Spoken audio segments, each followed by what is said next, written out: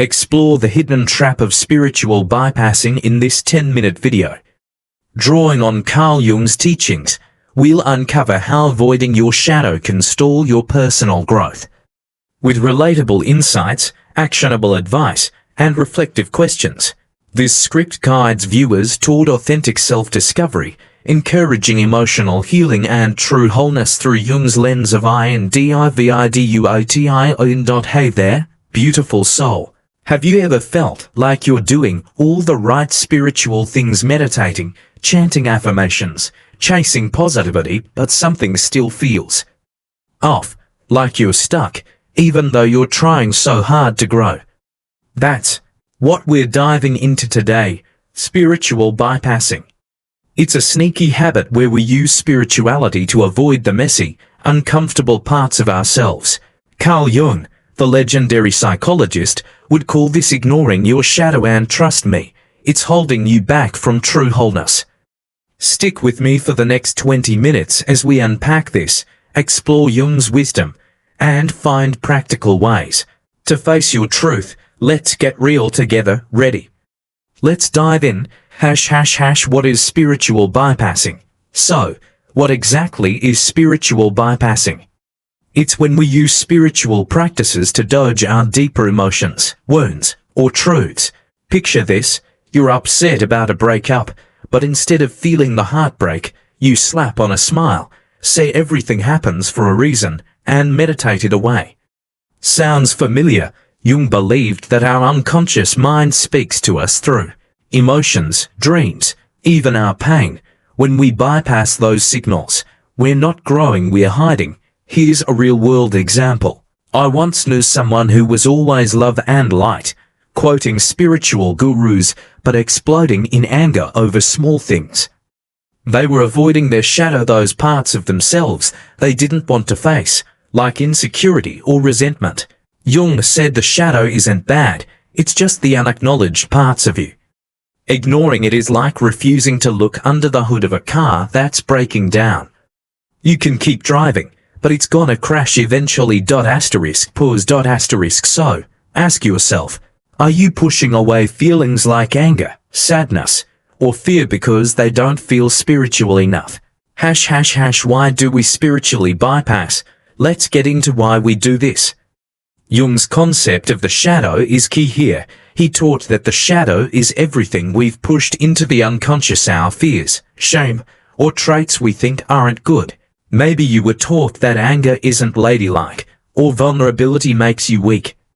So, you bury those feelings and reach for a gratitude journal instead.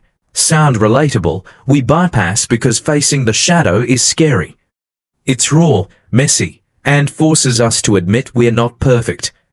Jung believed that true growth, individuation, or becoming your whole self, happens when we integrate the shadow, not ignore it. For example, if you're always fine but secretly feel unworthy, spiritual bypassing might look like chasing endless self-help books without ever sitting with that unworthiness. The kicker: those buried feelings don't go away. They leak out as anxiety, resentment, or even physical tension. Here's a question to sit with. What part of you have you been ignoring because it feels too heavy to face? Take a moment to reflect. How to spot spiritual bypassing in your life. So, how do you know if you're spiritually bypassing? Here are some signs, grounded in Jung's teachings. First, check if you're avoiding negative emotions. Do you tell yourself to just stay positive when you're hurt? That's a red flag. Jung said emotions are messengers from the unconscious. Ignoring them is like ignoring a warning light on your dashboard. Second, are you over-relying on spiritual tools to escape? Meditation is amazing, but if you're using it to numb pain instead of process it, you're bypassing. Third, notice if you're judging others for their low vibes. Jung warned that projecting our shadow onto others, thinking the problem keeps us stuck. Here's a real example. Sarah, a yoga teacher, was always calm on the outside but felt empty inside. She'd meditate for hours to release her sadness, but it kept coming back. When she finally journaled about her childhood fears of abandonment, she started to heal. That's shadow work, facing the truth head on. Try this actionable step. Next time you feel a negative emotion, don't rush to fix it. Sit with it for 5 minutes. Ask, what is this feeling trying to tell me? Journal your thoughts. This is how you start integrating your shadow. Like Jung taught. Pause. What's one emotion you've been avoiding lately? Let that sink in. ###. How to move beyond spiritual bypassing. No, let's talk about moving forward. Jung's path to individuation is about embracing all of you, light and shadow, to become whole. Here are 3 practical steps to stop bypassing and start growing. First, get curious about your shadow. Jung said the unconscious speaks through dreams, so start a dream journal. Write down what you dream about, especially recurring themes. They're clues to what you're avoiding.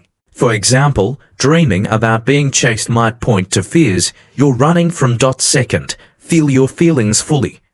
Next time you're upset, don't reach for an affirmation. Set a timer for 10 minutes, sit quietly, and let the emotion flow. Cry, scream into a pillow, or write it out.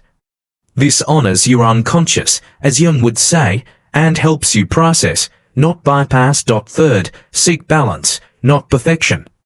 Jung believed true self-actualization comes from integrating opposites, light and dark, strength and vulnerability. So, let yourself be human. It's okay to be spiritual and messy. Try this. Write down one flaw you're ashamed of, then reframe it as a strength. Maybe your sensitivity feels like weakness, but it's also your superpower for empathy. Pause. What's one step you can take today to face a part of yourself you've been avoiding? As we wrap up, let's bring this home. Spiritual bypassing is tempting because it feels safe, but it keeps you from the wholeness Jung called individuation. By facing your shadow, those messy, hidden parts of you, are not just growing, you're becoming your truest self. That's where the real magic happens. Here's my challenge to you. This week, pick one small way to face your truth. Maybe it's journaling about a feeling you've been avoiding, or noticing when you're tempted to just stay positive. Ask yourself, what would it look like to choose myself today, shadow and all? If this resonated with you, drop a comment below and share what came up for you. I'd love to hear your thoughts. Don't forget to like this video, subscribe, and hit that bell so you don't miss our next deep dive into self-discovery. You're on this journey for a reason, and I'm here cheering you on. Until next time, keep seeking your truth. Pause. Let's take one final breath together. Inhale. Exhale. You've got this.